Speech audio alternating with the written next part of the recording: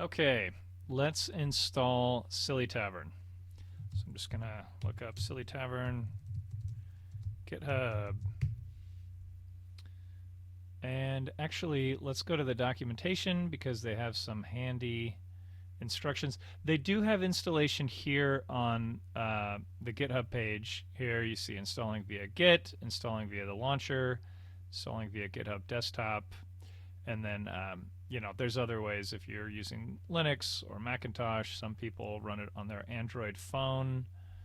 But let's just go to the beautiful documentation website and click on installation for Windows. Okay, so we're going to go ahead and go through a couple of these.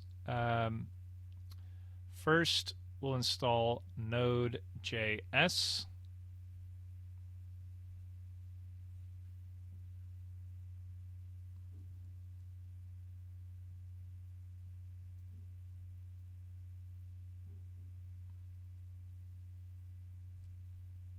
Okay.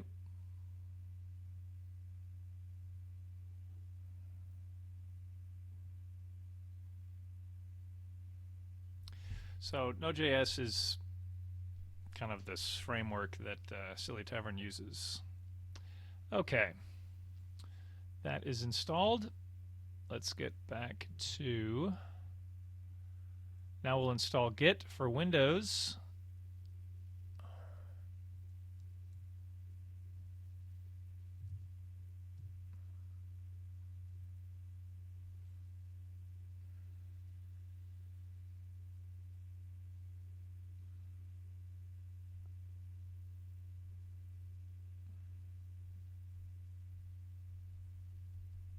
Yes, that's all fine.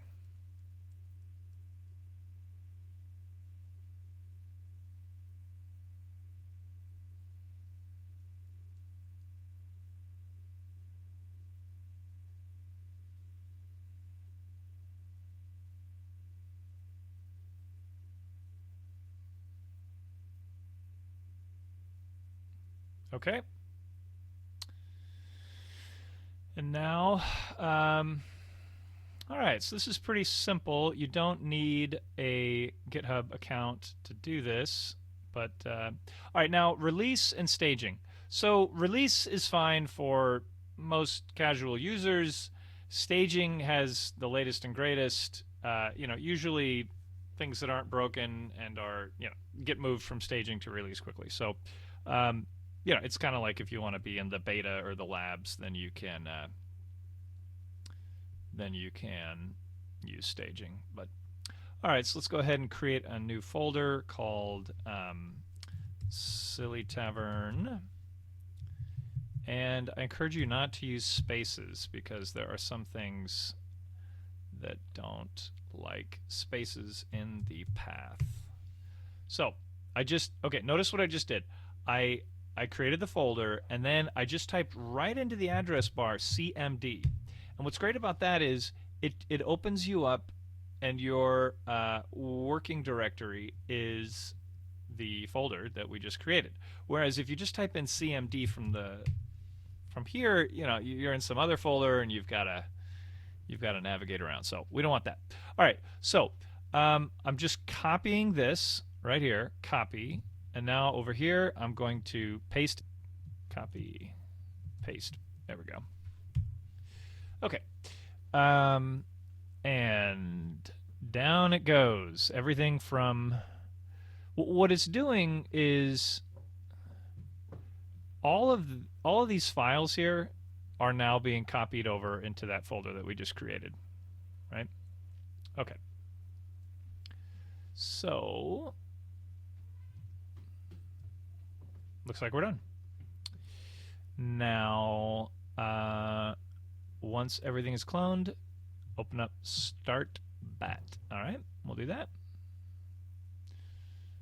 And look, you see that right there? This is why we need file name extensions. So you can see in the type there, but do yourself a favor and select that. So look, one was start.sh, one is start.bat. So let's open that up.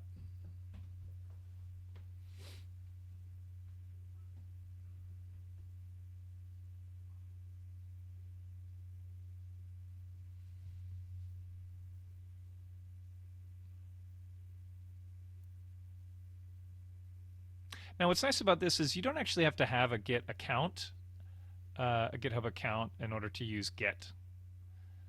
So, as opposed to using GitHub Desktop, which is also a great way to go. Okay, we've got our SillyTavern app running. Now this is a front end, so there's no LLM that it's actually connected to. So let's go ahead, and I've created a there's a number of choices here. The purpose of this video is not to talk about which large language model you should use. I'm going to go ahead and move over to chat completion, and for the purpose of this demo, I'm going to go to Minstrel, which is a French company, and I've created an API key for Minstrel for the purpose of this demo, which expires. And I'm going to go ahead and I'm going to paste that in there. Connect. And now we'll move over, and we've got this cat, and I'm going to say meow to the cat. And the cat responds. So we are connected. Now, I want to draw your attention to this window here. And this window is the actual SillyTavern application running. And there we go, streaming request finished. So don't close this window, and maybe don't even touch this window. Like if you do something like this, and then you say meow again, nothing's happening, right?